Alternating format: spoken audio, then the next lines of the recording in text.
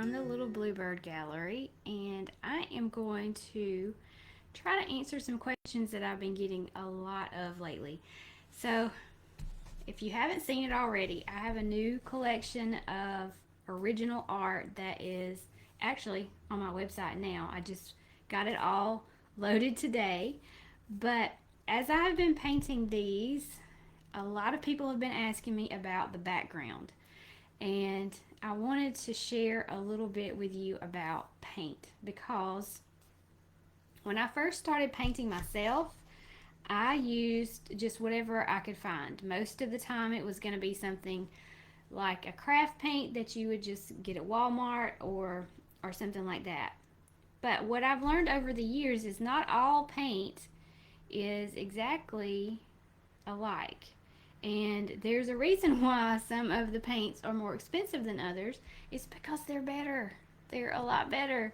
So I'm not trying to make anyone feel bad about using craft paint because I've used craft paint myself for years and years and years. And it wasn't until just pretty recently that I have splurged and bought the good stuff. So, since so many of you are asking me about this, I thought that it would be a good time to just give you a little demonstration and show you what the difference really is. So I've got 8 of these little small canvases that I did, and the backgrounds are the same on all of them. I used a dark brown for my background. Thank you, Peggy. Hi, Erin. Thank you. And I got lots of comments, which was I'm always shocked at what, not really shocked, but I don't usually, I can't usually predict what kinds of questions I'm going to get. And this time, the questions that I got most often were, how did you make that brown background? It looks really rich, and what colors are you mixing to get that? Okay, first of all, I didn't mix anything. This is just pure burnt umber. It's just right out of the tube, brown paint. And so I wanted to show you, okay, first of all, here are the examples of the paintings that were, 2 of the 8 that were getting the comments and people were asking me the questions about. And I'll just put this one right here. Maybe you can still kind of see that. And I've got 3 different brands of burnt umber paint. So I'm just going to do some little test swatches for you and show you what the difference really is. And I believe that it's going to be kind of shocking. I'm going to move my other light over and maybe that'll help. I feel like it's kind of dim. I don't know. Okay, so I've got Chalkola, Liquitex, and Golden. Those are the 3 brands that I have here. And if I had some craft paint, that would make it even more dramatic, I'm pretty sure. So let's just start. I've already got some, this is dried paint, but I've already got some mess over here, so we'll just make it a little bit more of a mess. So this first one here is the Chalkola. And I'm not trying to tell you that any of these are better than the other. I'm just showing you the difference. And I'm going to let you decide what you like best. Okay. So then this is the, oh man. Okay, hang on. Gotta get the gunk off the end. Okay. So we've got 3 burnt umbers. I'm just going to take a brush and I'm going to do some swatches here on this mixed media pad and show you this one first. And this one is the Chalkola.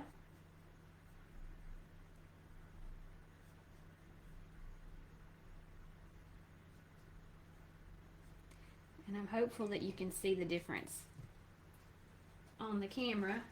I don't know if it's going to be exactly the same as it is for me when I'm looking at it in person, but we'll try. Okay, so that one is the Chalkola. And I will say my Liquitex, which is going to be next, is a little bit old. So it's a little bit clumpy.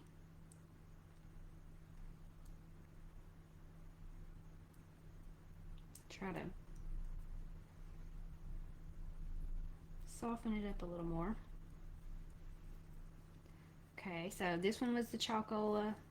This one is the Liquitex.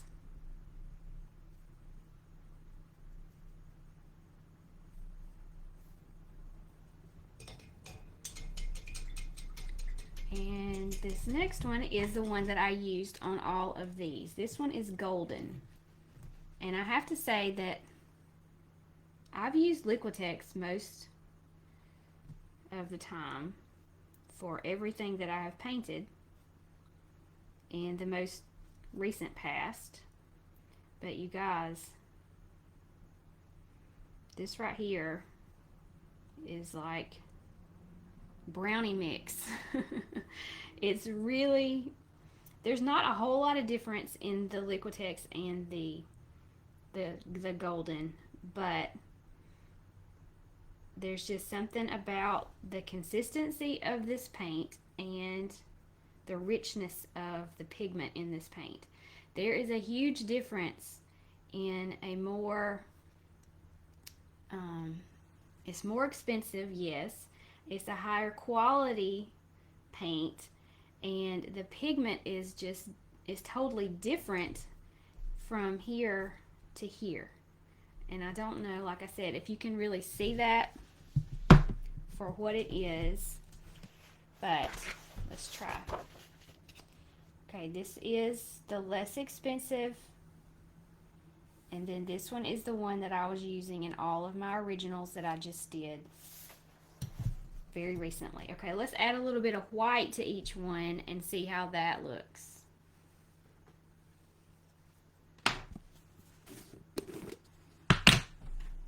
Also, if you have been trying to paint with a palette knife and you've been frustrated, maybe because you're having trouble getting it to come off of the knife like you want it to, or whatever, your paint could most definitely be your problem. Okay, so I'm going to mix some white with this one. And it really mutes it. It changes the whole, it's not vibrant anymore. It's just a very muted brown. Okay. Do the same thing with this next one. This one was the Liquitex. And I add white to it.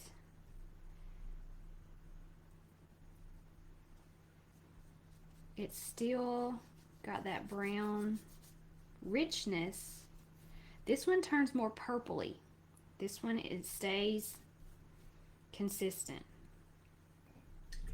Okay, and then we're going to go with this one, which was the golden.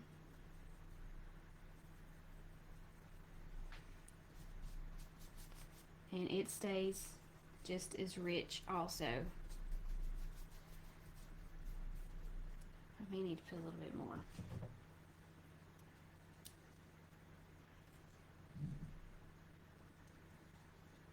I don't want to not give you the right sample here. Here we go. But can you see the difference? And I feel like a lot of times people, especially when you're just getting started with art and you really want to skimp and try to save money, because I mean, supplies are not cheap, I understand that, but if you're trying to get a certain look and you're frustrated because you can't get it, it could be because you're not using the same paints that your teacher may be using, or the person who inspired you for whatever reason to paint something. So this is a huge difference.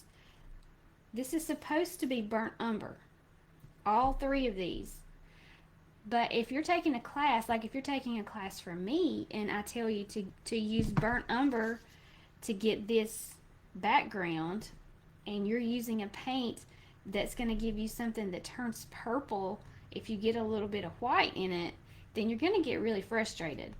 So sometimes brands do matter, and most of the time with paint anyway, I would say skimp on anything else that you want to skimp on. If you want to use cardboard, if you want to use paper, if you want to use some other substrate to paint on that is less expensive, that would be much better than trying to go the cheap route with your paint, because you're going to get frustrated if you're trying to get a certain look. Now, if you're just playing around and you don't really care what your brown looks like, then definitely use whatever is available to you at the lowest price possible. But I'm going to be doing some more Filmora workshops. And just like we did with our irises, I'm going to be teaching a peony and rose tutorial workshop. And in that workshop, if I am teaching you how to do something that looks like this, and you're using paint that turns out like this, then I don't want you to feel like you're doing something wrong, or that you can't paint, or something like that. So I just want to make sure that you guys, especially those of you who are interested in my tutorials, those of you who are in my creative community, those of you who are going to try and take this new workshop that I'm planning right now, I want to make sure that you know the quality of your supplies could cause you to be a little frustrated, or it could give you some really great results if you are using paint, especially the paint that is really high quality. And as this dries, that's another thing. You can see that this one is turning really flat.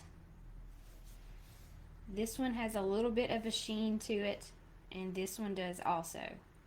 So there is a difference. And even after I added some white, this one's still the winner for me. I mean, it's very opaque. You can't see through it at all. And it's just really good paint. So, let's see. Bobby says, am I using oil paint? No, this is acrylic paint that is in the tube. So it's not craft paint. And that's a whole nother topic. But there's a difference in your artist acrylic paint and the craft paint that you would get like at Walmart, or even in a store like Michael's. They have all the craft paint over in a different section. It's over where all the stencils and like the little wooden cutouts and things like that are, because they're made more for crafting, where artist acrylics are they're just a totally different paint. They are packed with pigment so that they look bright and brilliant when you paint with them. Some of them are opaque like this, you can't see through it. Some of them are more translucent, and they just give you a different kind of effect when you're using the paint in the tube. So let's see, Sue says that last one seems to be like butter. Yes, this golden paint is magical. It is expensive, yes. It's not more expensive than the Liquitex, which I've been using, but the paint has made a huge difference in my flowers that I've been painting lately. My backgrounds on all of these that turned out to be so deep and rich. And I just wanted to share that with you guys, because I know that sometimes we get frustrated when we can't figure something out. And I thought it was worth sharing with you. Bobby says, okay, I have that. Thanks. So this one is my winner especially for burnt umber. And I can't straighten it out without squeezing some out, and I don't want to waste my paint. So I just wanted to make sure that you guys understood and could see just a little demonstration of the difference in the burnt umbers, because so many people had asked me about it when I was sharing what I was working on. And it seems like a lot of people just assumed that I was mixing some colors together to get something that was this rich and pretty. And this is just straight burnt umber. This one right here, the golden brand. And it covers really well. It's my new favorite thing. I've put a few links here for you if you're interested. This new collection of original paintings is now on my website, and it's available if you're interested in collecting some original artwork. Also, all of my painting groups, my business group, my creative community, my palette knife group, everything is open right now during the summer. I'm having a summer opening, and I plan to have a new workshop for roses and peonies, which, if you notice, they're very similar. I was actually looking at a photo of a rose when I painted this, but I ended up curving it around a little more and turning it into a peony. So I'm going to do another floral workshop just like the one I did with irises last month, and that one will be available really soon. So if you're interested in any of that, make sure you're on my email list. You can jump on that over on my website too. And you can get a free nest painting tutorial if you do opt into my email list. So you can go to artbyamandahilburn.com and find all of that. A little thing will pop up on my website. Once you get to the home page, you'll see a little pop-up that asks if you want the free painting lesson. And you can do that. That way you'll be on my email list. You'll get all the news when new things are coming out. And I hope that this was helpful to you. I hope that maybe it'll help you if you've been frustrated with trying to get your color to look the way you want it to look, or if maybe you've been in one of my classes and I said use burnt umber and you were using a different brand. You may want to try some of these other brands and just see what works best for you and what gives you the effect that you are really wanting to get. So let's see, Teresa says peonies and roses are my favorite. They're my favorite too. And this is going to be our next workshop. So if you are a member of the creative community, the workshop will be free for you. Those of you who are not members of my creative community, it'll be $37 for the roses and peony workshop. However, I have not even started on it yet, so I don't know when it's going to be available, but hopefully pretty soon. It shouldn't take me very long to create. But anyway, here are they're completely dried now. Here are our swatches, and you can tell this is the one that I used for these. Okay, let's take one last look now that it's completely dry, and you can see